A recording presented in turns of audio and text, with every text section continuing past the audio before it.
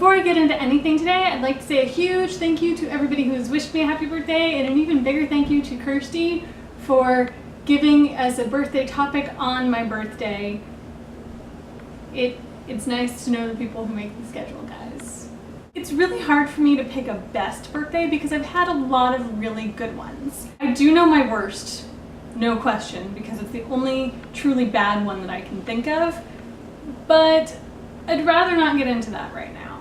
If you really want that story, let me know in the comments and I'll make another video about it, but I'd rather not. And today's my birthday, so I don't have to. Just thinking of some of the highlights of my birthdays. My Sweet 16 was a Blue's Clues themed scavenger hunt.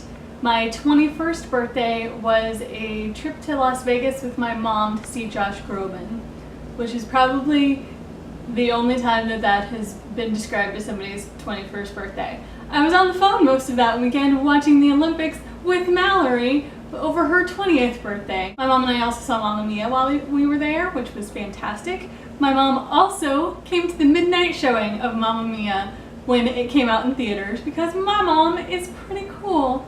My 22nd birthday was actually in Iowa City, and that's the trip that Jeff talked about that he promised not to ever tell our mother, so thanks for that, Jeff. I don't care that it was 9 years ago. My 25th birthday was when my friends and I introduced the Whiteboard Guest Book.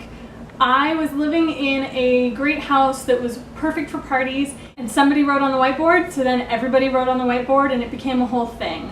That whiteboard moved into the house that I lived in during my 26th and 27th birthdays, and the tradition continued, even though the 27th birthday is the worst birthday I've had.